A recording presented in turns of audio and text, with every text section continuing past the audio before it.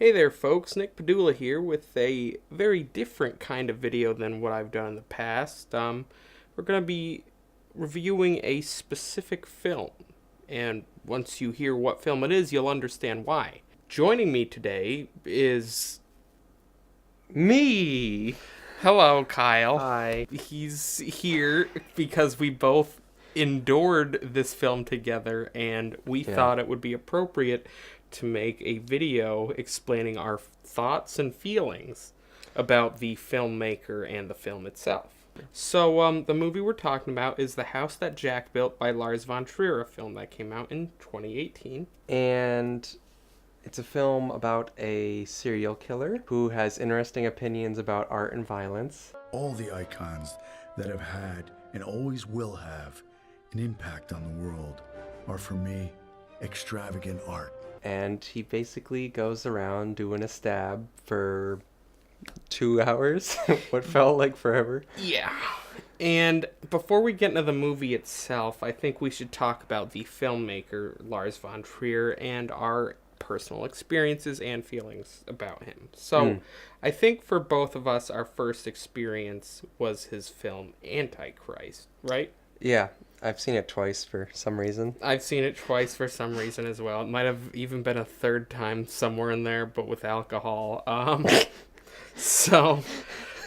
You need it to get through. Yeah, that film was a slog, and I knew we were in for a treat when the beginning of the movie had a sex scene, and you see a baby fall out a window in slow motion. Which should not be funny. That the death of an infant is by no means a laughable matter. It never should be, and yet...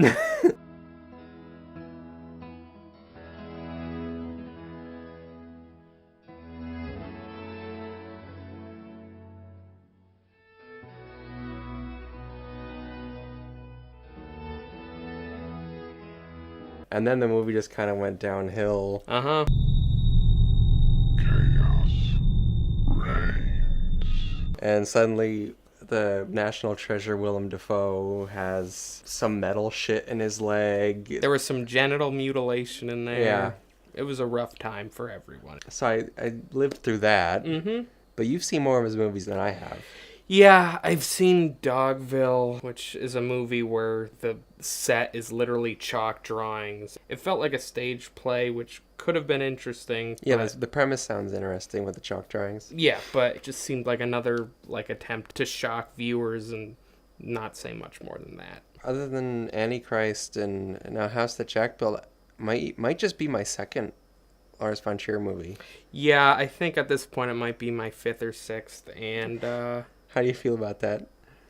not great. The one movie of his I liked was Dancer in the Dark with Bjork, and that was like a very weird musical, but for some reason his edginess was toned down, and Bjork's just like bright amazingness like lifted what could have been a shitty movie into a higher realm. You're the dancer, you got the sparkle in your eyes. When I first heard about this, I'm like, oh, Lars von Trier's next movie after not even Melancholia. It was Nymphomaniac. Oh, no, that's right. I'm sorry. I did see Nymphomaniac Part 1. I did not see Part 2. Even though it had Willem Dafoe, that would have been a good reason to see it. The thing about Nymphomaniac was the acting was really great. Yeah, I mean, he always gets talented folks in his movies, but Right.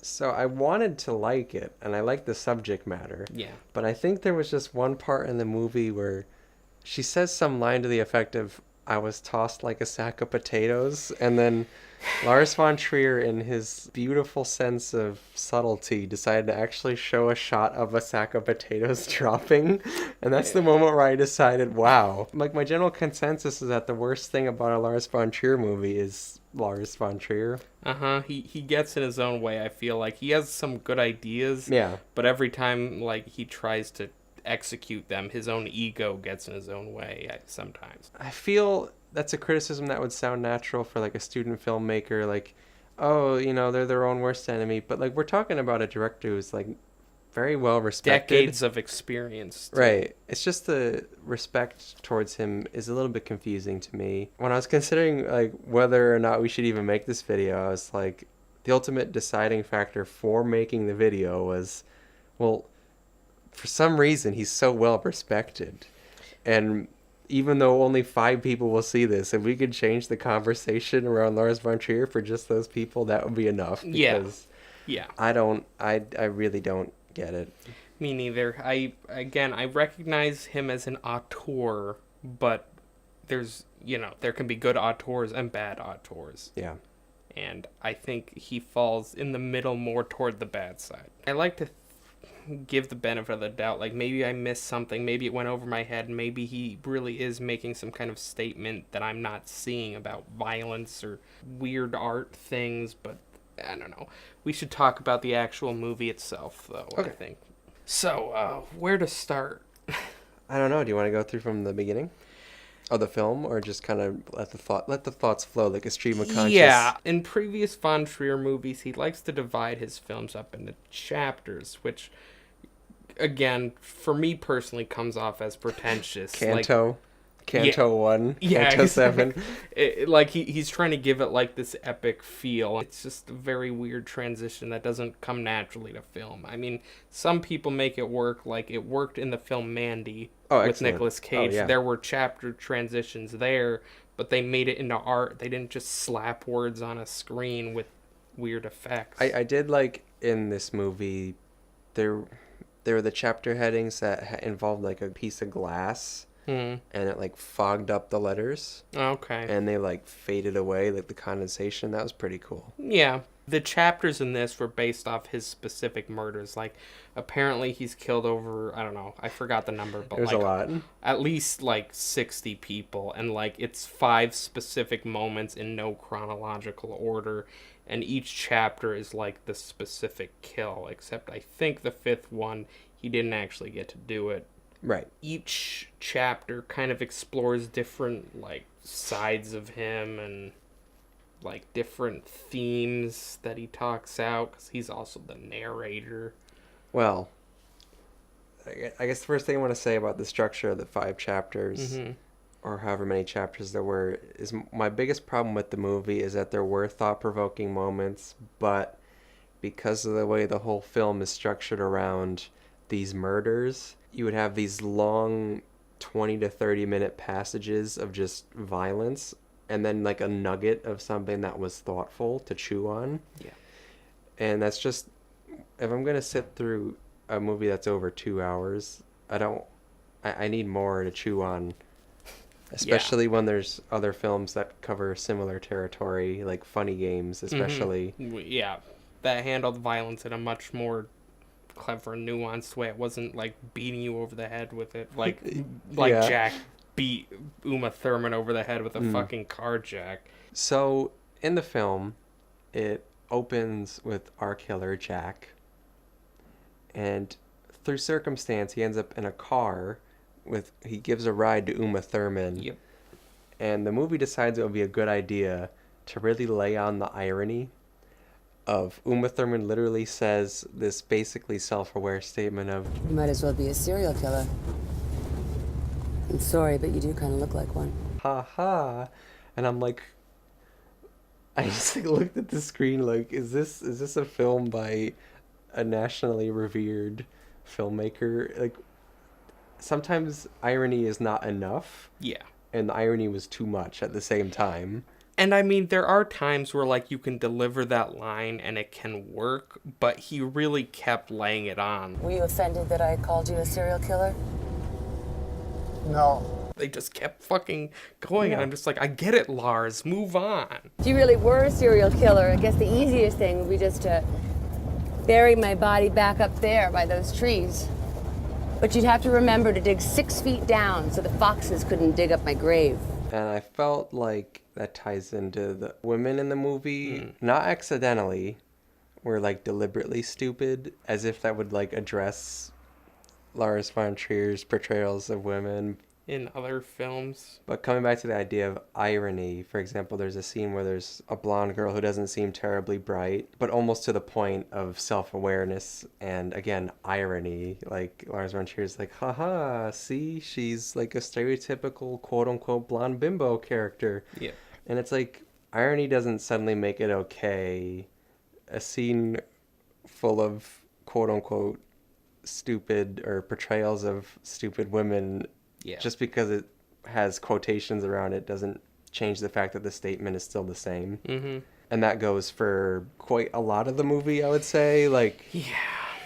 trying to make a statement on violence, Right. and violence against and women, sexism. right? But it still is a document that has Violence Violence against against women, women. and sexism. Yeah. One of the few moments I did like was when Jack was about to kill the woman. It was actually one of the few funny parts of the movie. He says some of the effect of, it's just so hard being a man. You just walk around and everyone presumes you guilty. And it was actually pretty funny. Yeah. And that was one of the moments of commentary. The little nuggets of goodness. Yeah. And also from the same scene when she's like screaming for help and he like just screams out the window. Nobody wants to help! You can scream from now until Christmas Eve.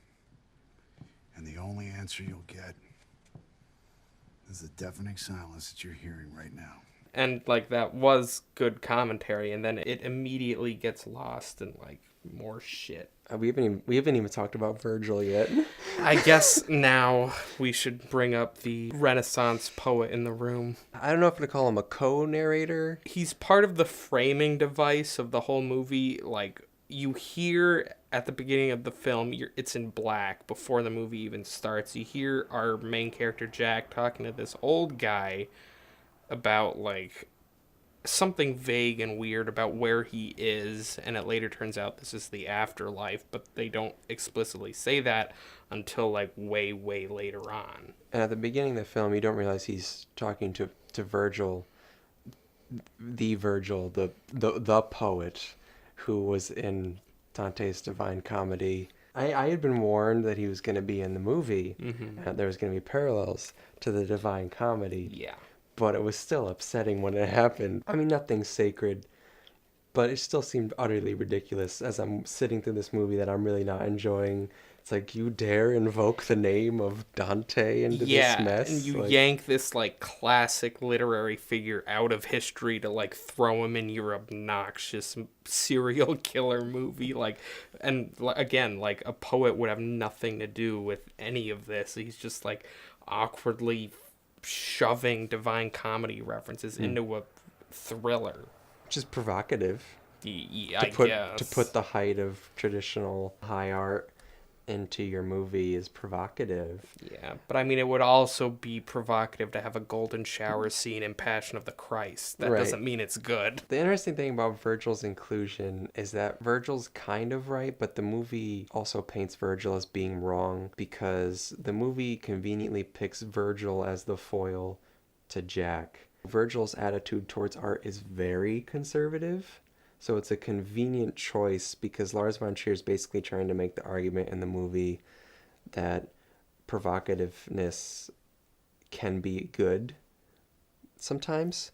And it's really convenient to pick a very conservative representative of high art who would, Yeah. of course, disagree completely to the point of seeming absurd. So I felt like he did that to show that there are problems with the two extremes, but I also felt that was too easy. Yeah. Because it made it easier for Lars von Trier to be like, my way of doing things is justified. Because see, Virgil wouldn't like any artistic depiction of violence unless I put it into a house shape. I think he was just trying to point out that we will accept violence if it's in an artistic like shape, Yeah. which is a valid point that Funny Games made better, in my opinion. Yeah, less literal. Because I was watching the movie and it was weird for Virgil to seemingly flip. The only way I could make sense of Virgil flipping his opinion of Jack in his work, because the whole movie Virgil's telling Jack that you're sick. Yep. Only love can make good art. Again, which is a conveniently very black and white statement that Virgil probably would yeah. make, but like you had to pick Virgil. Yeah, in order to have such an easy argument. When Jack finally fashions a house, the house that Jack built out of corpses, which was one of the interesting moments in Yeah. the movie. Virgil at first has a seemingly confusing flip where he's like, "This is pretty good," and I Like, was what? and I'm like watching, I'm like, well, what? Yeah. And I thought like, oh, if Virgil's like his critics, like, Yeah. and like the audience, they would accept violence if it's presented in a pleasing way. Yeah, or aesthetically pleasing. Which is kind of true, because in the scene where Jack kills the mom and Yeah. the two kids, there's this really pretty shot where it like cranes upward, and there's like birds and the family laid out, and it is visually pleasing. And I was like, that's a good shot, but it's still the same violence that was present in the rest of the scene. So there's a point there, but again, it gets lost. yeah, and it's coming back to this idea of kernels, like little like breadcrumbs of Good yummy- ideas. Yeah, strewn about. One of the moments of irony I did like was Jack talking to the family about how it's wrong to cull, Oh, yeah, like with hunting animals. and he sounded like this like very righteous hunter who doesn't hunt, only hunts out of necessity. Like, it was Yeah. a really funny bit for him to be playing. Then you just watch women and children die, so it's like, I don't know if I've seen a Von Trier movie where kids were killed, so good job, Lars, trying to up the ante with your shock, but it just, at this point, it just didn't faze me. I was numb to it. films that are provocative like this, where there's lots of gratuitous violence, I feel that they're made more for people who have never lived through such violence. Yeah. And they're more of like intellectual exercises for people who have been lucky enough, And privileged. to not have had a family member shot or something. Yeah. And I just thought, that thought did occur to me as I'm watching it. Like, this is all fine and good as an intellectual thing for Lars von Trier to kind of jerk off with, but like, I can't imagine trying to watch this movie and have actually had bad things happen to you. Yeah. And I don't know Lars's life. Maybe he has had bad things, so then he just kind of puts it Brings that out. But I don't know. I get the feeling that he didn't. I Right. feel like he deals with in real life alcoholism and like drug abuse, and I'm sure that's stemming from something, but I don't think he's had to go through anywhere hasn't had near a the level hunter. of hardship. He hasn't had a hunter Pick shoot off him. his family Yeah. one by one. I mean, by no means do you need all the bad things in No, your to stories to present happen to harm. you, but If you're trying to make a statement about them and you don't have, I don't know, the writing ability or the understanding of human emotion and empathy and human experience to back it up, you're just, I don't know. and you could make a movie against violence that isn't about a serial killer. That You doesn't even could. show violence. Right. Crazy. Yeah, you could. But that's not what we got. I've always wanted to make a movie about a serial killer where the serial killer is actually never featured, and it's just about the loss The that victims. all the victims' families feel. Yeah, I mean, it's in our serial killer obsessed society. Like, people always focus on the Bundys and the Dahmers, and no one ever remembers the names of Right. the people that they've hurt. So that, I mean, would be important, but that's not what we get in our society. I think that is in The House That Jack Built. Yeah, he I'm not does saying it say isn't. that. It's just, again, It's lost in the translation.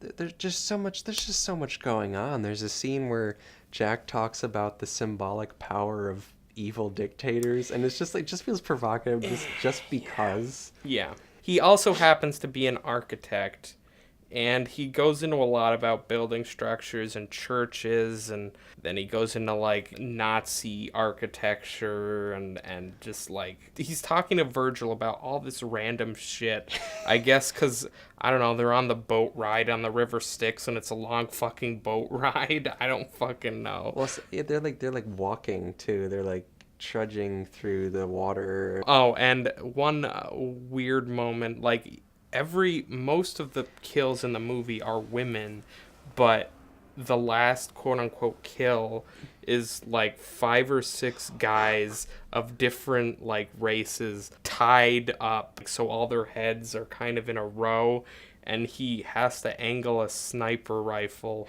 so he can shoot it, and the bullet would go through all their heads at the same time. it does indeed become a ridiculous metaphor for filmmaking. And I literally saw him set up the gun. I'm like, no, he's not going to do it. That's like something you would see in like a student film. He would never. And then Jack sets up the shot, and I'm like, oh no, we're doing this. We're really doing this. And literally it hit a height of hysteria for me. I just started laughing because he's of course got the sniper rifle all set up, but then he can't grab focus and I was like, congratulations, movie. This is hilarious. I think it was supposed to be witty, but not funny in the way that I was thinking it was very funny. Some of the things, like him inviting himself into a woman's house by saying he's a cop who forgot his badge. And he's just like, it was actually a test and you passed, so good job. I'm actually from this other agency, so if I could come in and look at your building. And he's like, well, sure.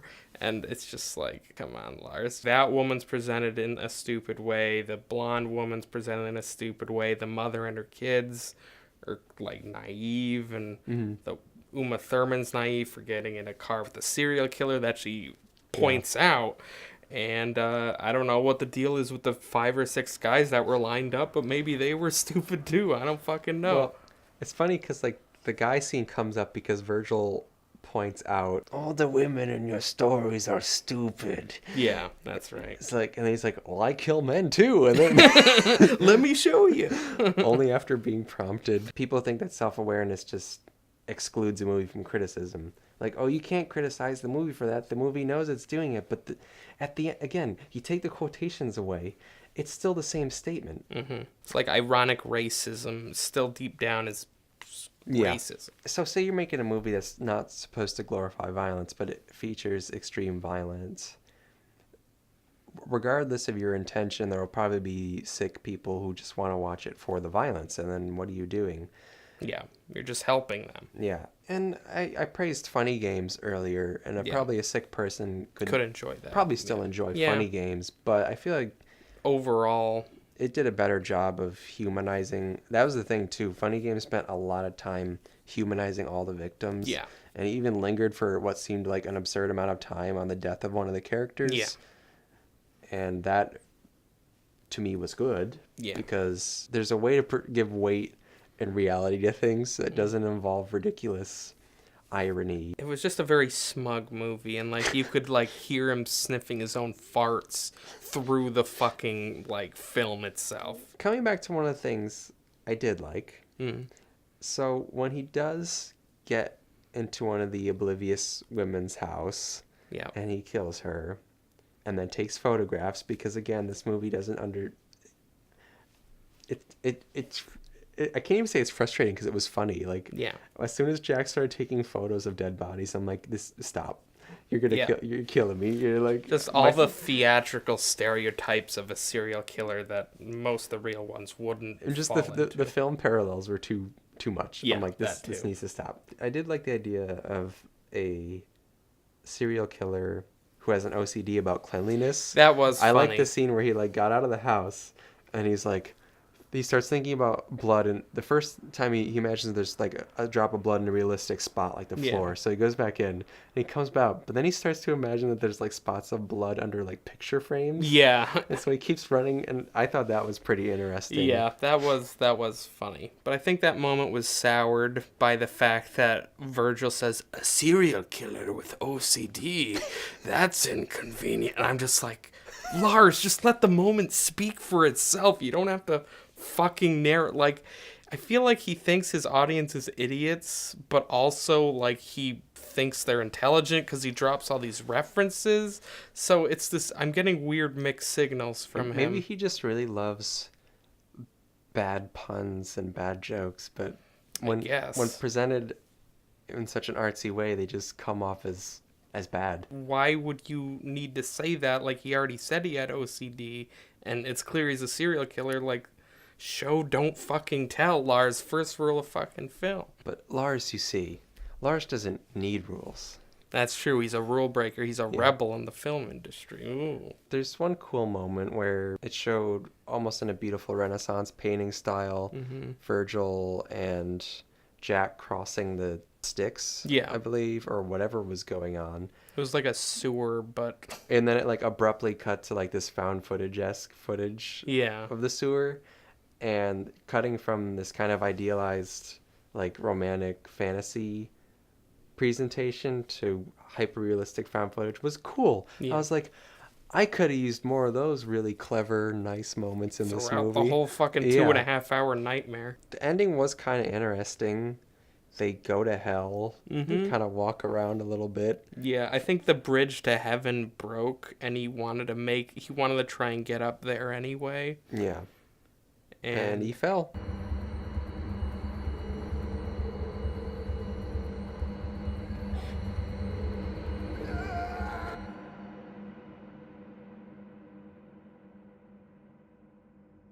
yep, he fell. Spoiler alert.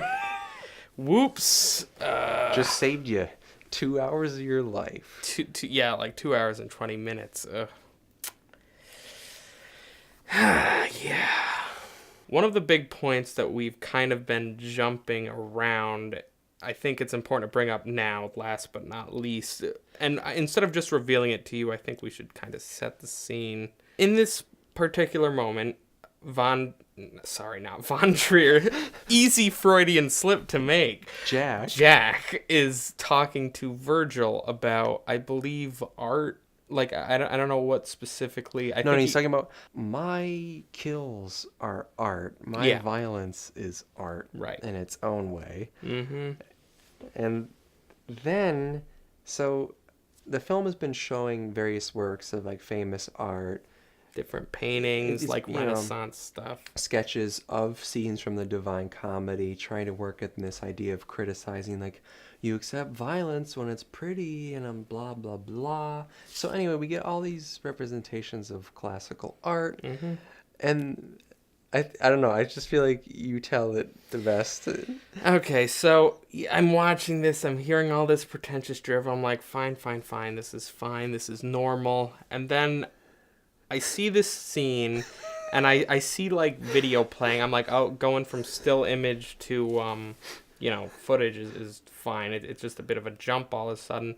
And the screen is smaller than normal, and I'm like, that's a little weird. I think I've been here. Have I been here before? And I noticed that there is a actor on screen that I had not seen previously in this movie. And it takes me a moment, and I'm like, wait a minute, did they get Willem Dafoe in this movie?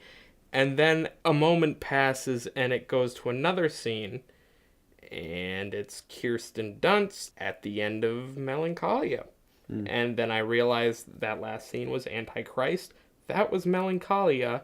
And then a few other little mini tidbits are other Von Trier movies. So to make it perfectly clear, Von Trier put his own fucking movie clips into this fucking movie where he's comparing Renaissance art to fucking Antichrist, where Willem Dafoe gets his dick smashed in by a fucking wooden board. I understand that lack of subtlety is Von Trier's thing, but he had the main character talk about how his kills were art, and he showed his own movies on screen while discussing it. My jaw dropped. I'd never seen that much self-congratulatory, masturbatory shit on screen, and I went to film school, so Yeah. I saw a lot of that, and I was just flabbergasted. It was kind of amazing. Like, my cheeks almost hurt right now. I'm just smiling so much. So I should almost thank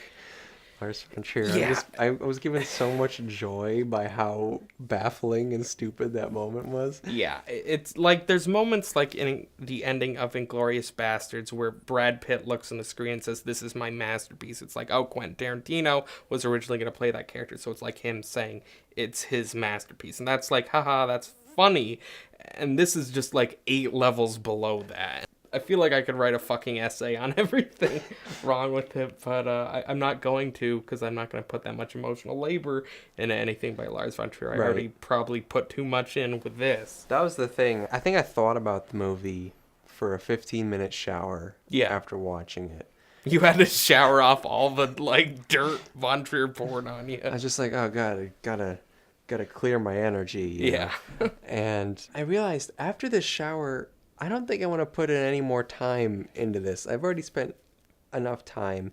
I feel like maybe if I put another 30 minutes or an hour of analysis into this film, maybe I could, get a couple more nuggets of wisdom. But again, I could watch a different 2-hour movie that presents me with thoughtful things every 5 minutes. Maybe a movie that just, I don't know, I enjoy and is weird and interesting, and I have something new to think about every second. Wow, that's weird to think about. Yeah. Film's supposed to be a miserable, grueling experience. Right.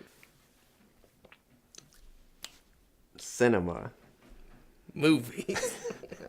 So, in conclusion, if you want to really torture yourself, if you're a masochist when it comes to films, watch this movie. It's not a movie that's like fun bad to watch. Like, I don't know.